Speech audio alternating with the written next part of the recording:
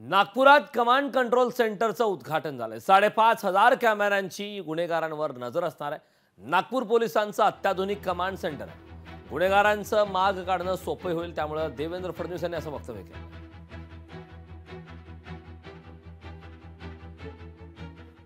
पोलिसांच्या या सगळ्या व्यवस्थेमध्ये आता आर्टिफिशियल इंटेलिजन्सचा देखील आपण या ठिकाणी उपयोग सुरू केलाय आणि जे ॲप सुरू केलेलं आहे त्याचं नाव आहे सिम्बा ॲप। आपल्याला माहिती आहे सिम्बा हा फार फेमस झालेला चित्रपट होता, पण या सिम्बाचा अर्थ आहे system integrated for monitoring and big data analytics.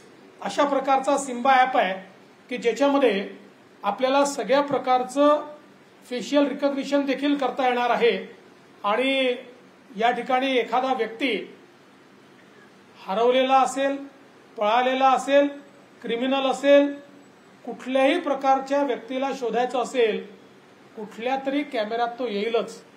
देशातलं एक आधुनिकतम अशा प्रकारचं कमांड अँड कंट्रोल सेंटर या ठिकाणी आपण केलेलं आहे, ज्याच्यामध्ये 3600 कॅमेऱ्यांचं इंटिग्रेशन केलं आणि 2200 इतर जे वेगवेगळ्या आस्थापनांचे कॅमेरेज आहेत, विभागांचे कॅमेरे आहेत, त्याचंही इंटिग्रेशन या ठिकाणी केलेलं आहे। आपण असं म्हणतो हिंदी पिक्चर मध्ये की कानून का हात लंबा होता है, इथे कानून की आंख लंबी झाली आहे आणि आता कोणीही कानूनच्या म्हणजे पोलिसांच्या नजरेतनं सुटू शकणार नाही। अशा प्रकारची व्यवस्था या नागपूर शहरामध्ये जवळजवळ हे 5,800 कॅमेरे याचं इंटिग्रेशन एकत्रितपणे झाल्यामुळे आपण करू शकलोय।